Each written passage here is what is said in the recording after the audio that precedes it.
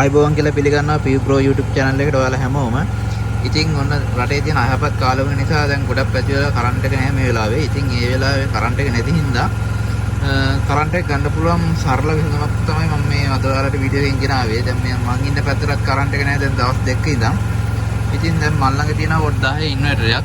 ඉතින් මම මේ ඉන්වර්ටරේ වීල් එකේ බැටරියට සෙට් කරලා තියෙනවා මේ ධන පැත්ත ධන විදියට ඍණ පැත්ත ඍණ විදියටත්. ඉතින් මේ දැන් මේ හරහා මම ගෙදරට කරන්ට් එක ගන්න තියෙන්නේ සාමාන්‍ය උපරිම වොට් 100ක් ලෝඩ් කරලා තියෙනවා. ඉතින් මේක වොට් 1000 වුණත් වොට් උපරිම වගේ වොට් 500ක් විතර ලෝඩ් කරා. ඒක උනා 500ක් ලෝඩ් කරන්න එපා. මේ වෙලාවේ මොකද මේ බැටරිය charge වෙන කරන්ට් එක මදි. එහෙම වොට් 500ක් ලෝඩ් කරනවා නම් සාමාන්‍ය එන්ජින් එක සාමාන්‍ය වේගයකවත් තියෙන්න ඕනේ. නැත්නම් මේ බැටරිය charge වෙන කරන්ට් එක මදි.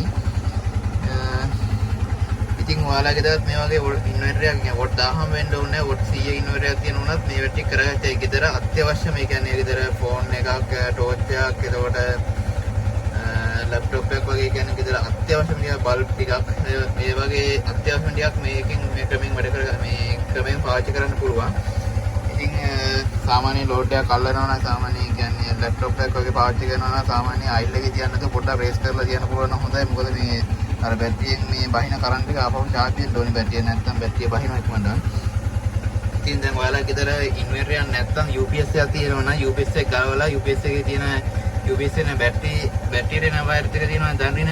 ඒ දන්රින වයර් එක ටිකක් ලොකු වයර් එකක් සෙට් කරලා මේ වගේ වයර් එකක් වුණා තවුලන්නේ මේ මම අරන් තියෙන පහලේ ට්‍රිකෝ වයර් එක මේ වයර් දෙකක් තමයි ඔතල අරන් තියෙන. ඉතින් ඒ විදිහට මේ UPS එකේ ධන වයර් එකයි ඍණ වයර් එකයි මේ විදිහට සෙට් කරලා මේ වීල් එකේ බැටරියට ධන ඍණ හරි විදිහට සෙට් වෙන එක මොකද ධන ඍණ මාරු කරගන්න එපා. එහෙනම් ෂෝට් වෙනවා.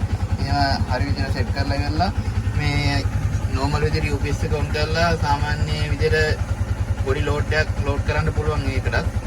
එලාම් එක වදිනවා. එලාම් එක වදිනාට අර වෙන්ද වගේ ඔෆ් වෙන්නේ නැහැ. ඉතින් ඒ විදිහටත් පාවිච්චි කරන්න පුළුවන්. එහෙම නැත්නම් ඉන්වර්ටරයක් තියෙනවා නම් මේ විදිහට පාවිච්චි කරන්න පුළුවන්. ඉන්වර්ටරයක් තියෙනවා නම් වැඩේ සරලයි. එලාම් වැදිලි මුකුත් නැහැ.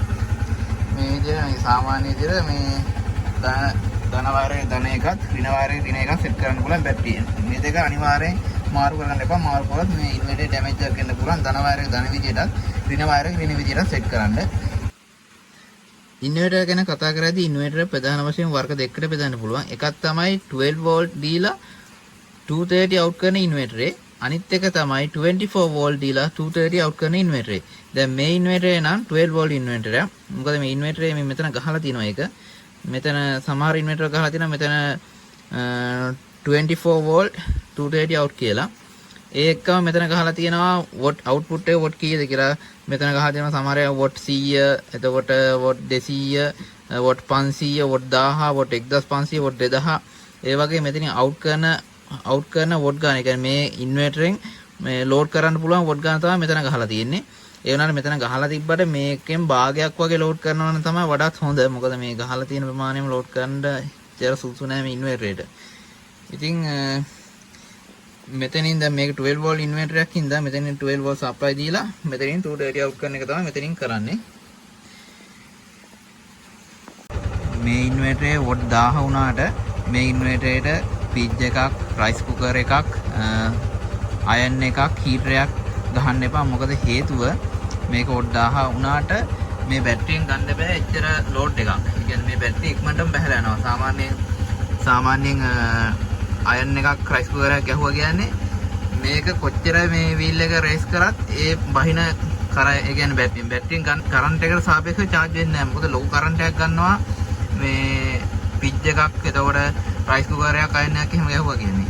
හීටරයක් ගහන්න බෑ. හීටරයක් ගහනවා නම් සාමාන්‍යයෙන් මේක ඇම්පියර් 45න්වත් එහා තියෙන්න ඕනේ හීටරයක් ගහනවා නම්.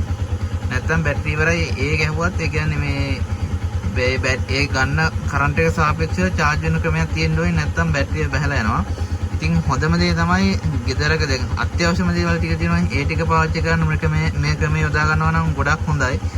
මේ කියන්නේ ෆෝන් එකක්, එතකොට රවුටර් එකක්, එතකොට බල්බ් ටිකක්, ඒ වගේ අත්‍යවශ්‍ය දේවල් තියෙන ලැප්ටොප් එකක් ඒ වගේ පාවිච්චි කරන්න පුළුවන්. එතනින් එහාට ටීවී එකක් පාවිච්චි කරන්න පුළුවන්.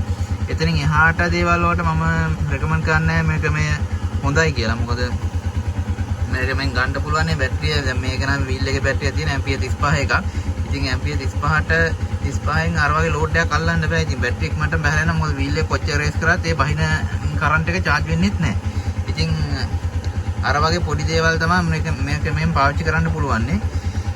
ඉතින් දැන් මේ වීල් එක දැන් මේ කරන්ට් එක ගන්න කරන්ට් එක සාපේක්ෂව charge වෙන විදියක් තමයි මේ රේස් කරන්න එපා. මම මේ සරලව මෙහෙම හදාගත්තේ. නැත්තම් මේක වීල් එකේ පිටිපස්ස දොර ඇල්ලක් කාබුලේටරේ අයිල් යන්නේ පොඩ්ඩක් වැඩි කරා නම් ගානට ස්මූත් එකේ එන්ජින් එක රේස් වෙනවා. ඉතින් කරදර හින්දා මේ වගේ පොඩි වැඩක් කරා. ඉතින් මේ තියෙන මම කරපු වැඩේ මේ පොඩ්ඩක් මේ රේස් වෙන්න මෙහෙම ඇදලා දැන් මේක මෙහෙම ඇද්දන් පස්සේ ඇදගා මේක රේස් වෙලා හිටනවා. ඉතින් මම දැන් මේ වෙලාවේ එහෙම රේස් කරන්නේ නැත්තේ මේ මොකද නැත්නම් වීඩියෝ එක සද්ද වැඩි හින්දා හරියට ඇහෙන්නේ නැහැ. මේ විදිහට ඔයාලා සුදුසු ක්‍රමයක් හදාගන්න මේකට. ඉතින් මම අර කිව්වේ මේ ඉන්වර්ටර් එක ගහලා තියෙන දැන් සමහරවිට ඔයාලා ළඟ වොට් 500 ඇති එතකොට 100 එතකොට 1000 මේ 1500 වොට් ප්‍රමාණය මේකේ වොට් ප්‍රමාණය වැඩි වුණාට ඔයාලට දෙන්න පුළුවන් බැටරිය පොඩි නම් ලෝඩ් කරන්න එපා ගොඩක් විදුලි උපකරණ. මොකද බැටරි ඉක්මනට බහලා යනවා. ඒ බහලා යන ප්‍රමාණයට සාපේක්ෂව බැටරිය charge වෙන්නේ නැහැ. ඉතින් වයර් හයි කරනකොට සැලකිලිමත් වෙන්න. දැන් මේ ධන වයර් එක හොයාගන්න පුළුවන්. බැටරියේ ධන ලකුණ තියෙන ධන වයර් එක. ඍණ ලකුණ තියෙන මේ තනි ඉර තියෙන්නේ ඍණ ලකුණ. ඒ කියන්නේ ඍණ වයර් එකට. ඇති කෙනෙකුට මම එහෙම කිව්වේ දන්න අය නම් දන්නවා මේක අවුලක් නැහැ ධන වයර් ඍණ වයර් මොකක්ද කියලා. ඉතින් මේක මේ සාර්ථකයි ගොඩක්. ඉතින් මේක මේ ගොඩක් සාර්ථකයි. හදිස්සිය විදුලි බිඳ වැටීමකදී ප්‍රයෝජන සඳහා. ඉතින් මේ කරන්ට් එක ඉතින් කවදායිද කියන්න බෑනේ. දැන් මේ තියෙන රටේ අහපත් කාලු වෙන නිසා ඉතින් මේ වැඩේ කරලා බලන්න වැඩේ සාර්ථකයි. මේ මමත් මේ විදිහට මේ වීඩියෝ හදන්න සහ මේ දවස් ටික පාවිච්චි කරන්නේ මේ විදිහට තමයි. ඉතින් වීඩියෝ එක හොඳයි නම් channel එක subscribe කරන්න, like කරන්න, comment කරන්න, share කරන්න. තව මේ වගේ වීඩියෝ එකකින් හම්බෙමු.